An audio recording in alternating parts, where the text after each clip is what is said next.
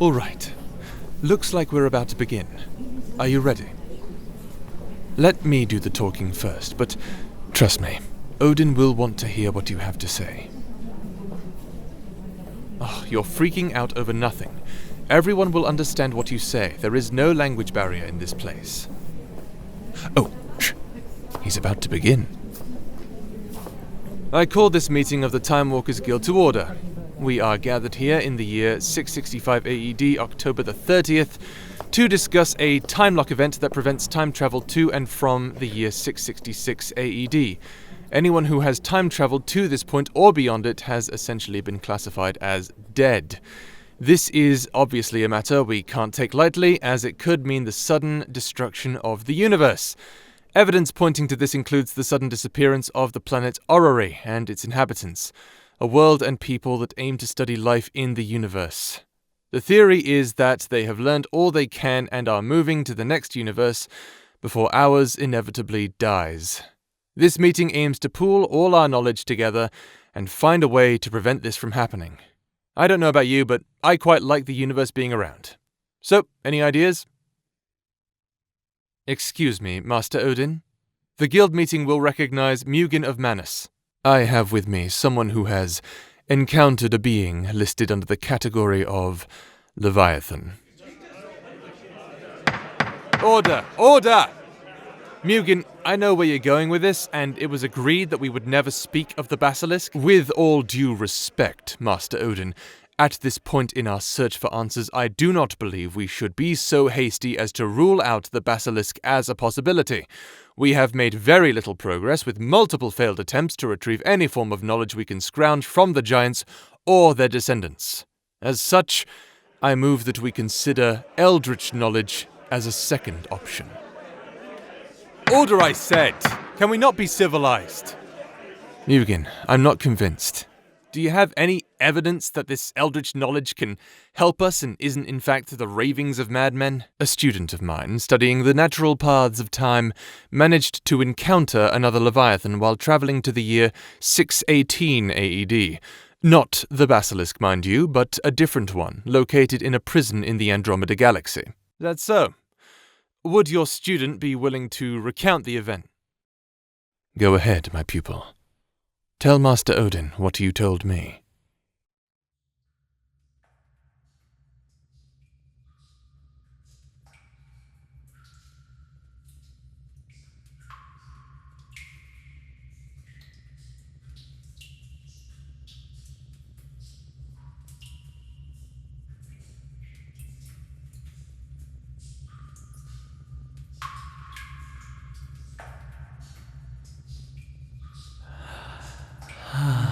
Andromeda, let me out.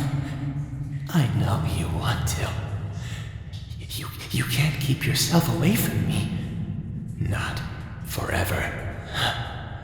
Sooner or later, you will break.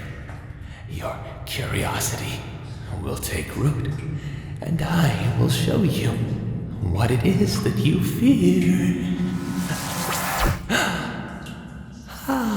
So you have finally seen reason.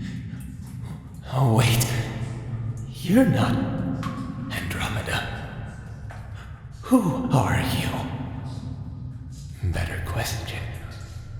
What are you? Come closer. Let me gaze upon your physical form. We Leviathans have poor eyesight in this place. I see everything, yet I cannot see what lies just before me.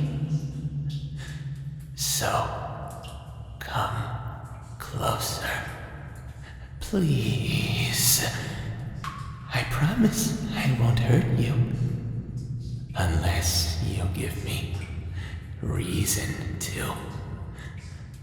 But I think you're a good little magpie, aren't you? You wouldn't hurt a fly. That hair yours. It obscures your face. I cannot see you. Let me help you with that. Hold very still. I'm just going to take one finger and brush your hair to the side. Just like that. Oh, so tiny, aren't you? Where did you come from? A little magpie like you shouldn't be able to break into a prison like this unless... Oh, you have something on you, don't you? Something that transcends time and space. What is it? Show me. I must know. I see. You are a smart little magpie, aren't you? Oh, a time machine.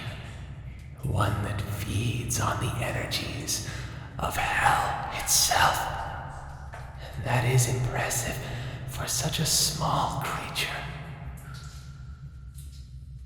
Who am I?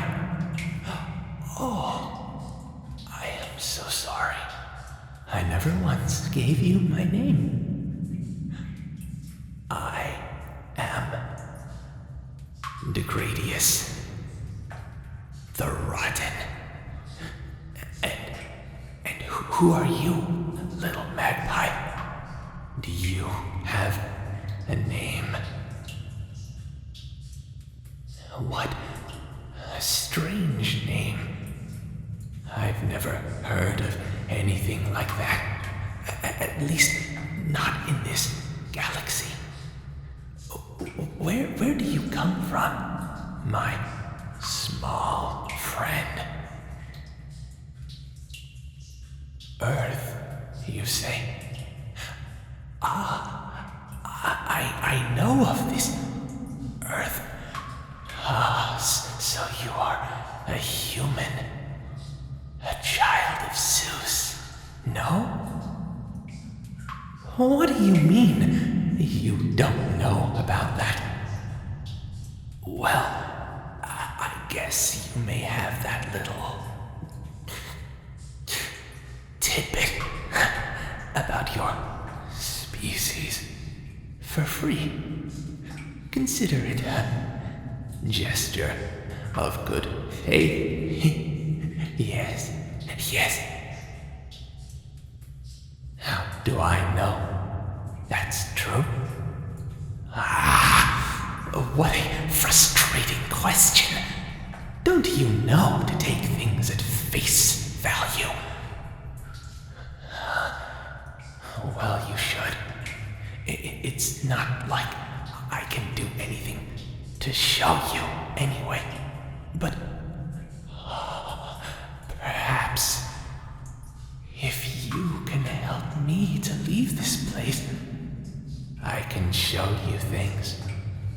Things any human would die to know. What do you say to that, little magpie?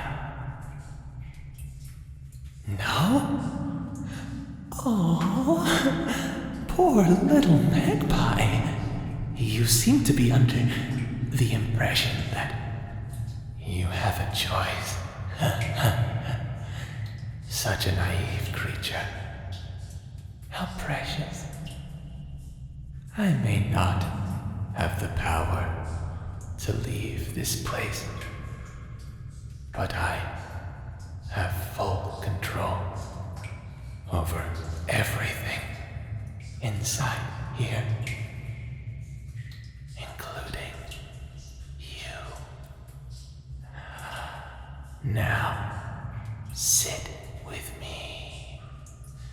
It's been so long since I've had anyone to talk to, especially someone so unique. Won't you please stay? I knew you were kind enough not to leave a lonely old Leviathan to its own devices. I'd hate to see you, hurt.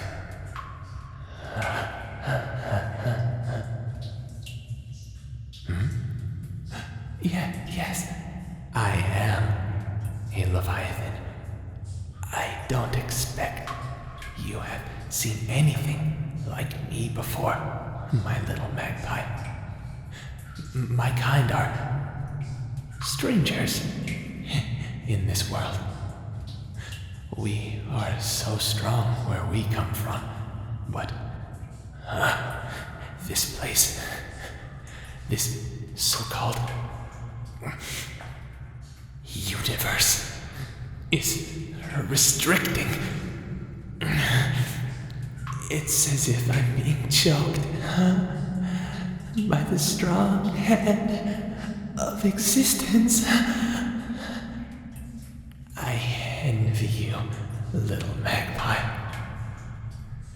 Such a frail form as yours is better equipped for this place. It's a shame you can never visit my world. Your mind would break. Your body would become putty.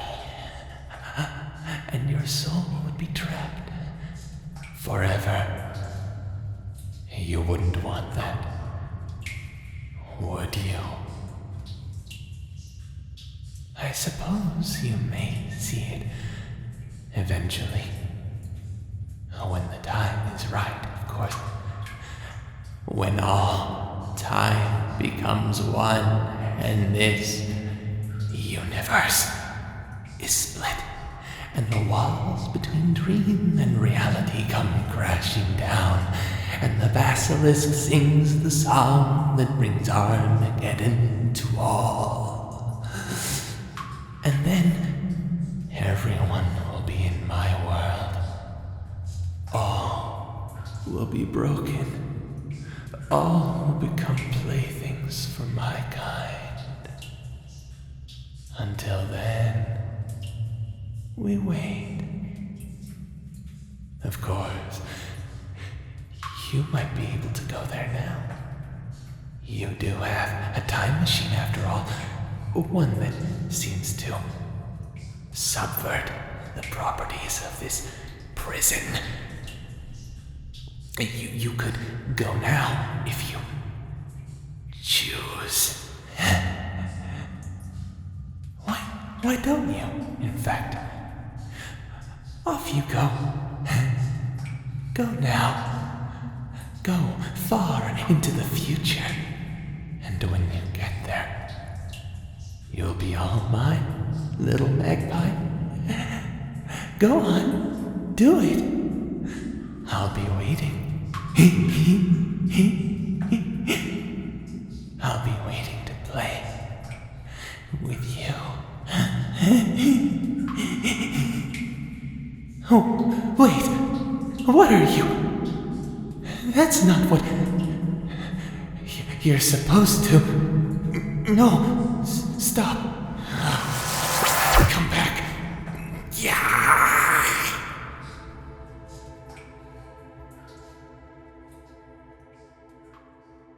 What was this Leviathan's name again? Degradius, Master Odin. Degradius. The idea that other Leviathans may also exist is worrying, to say the least. By the twin gods, we're already dealing with enough as it is with these demons screwing around with time. Now we have this new unseen threat. Alright, I have a plan. I will go to the Andromeda Galaxy for answers. While I'm away, you all have your regular duties, but if you find anything relating to these Leviathans or other connections to Ontempora, be sure to carry this information to our next meeting. If that's everything, then apologies, Master Odin. But there is one more thing. I have uncovered a new species recently, some sort of celestial humanoid hybrid. Mugen, is this relevant? It just might be, Master Odin. This species only exists in one timeline. There are no variants. None. That's impossible. Every decision made creates an alternate timeline. You're saying these creatures you've discovered have predetermined choices that exempts them from other timelines? I believe that to be also incorrect, Master Odin. These creatures have no other timeline, nor do they have a predetermined destiny. They are, for lack of a better word, free of time. I am currently performing a study of one named Solara Morosa. That... I don't even know what to say to that. Furthermore, none of these creatures are present during the time lock event. I believe that by sending one of these creatures to the event, it might change the outcome of what we perceive to be the end of everything. Well, it's worth a try. Keep monitoring it for now, Mugen. Of course. Thank you for hearing me out, Master Odin. Meeting adjourned.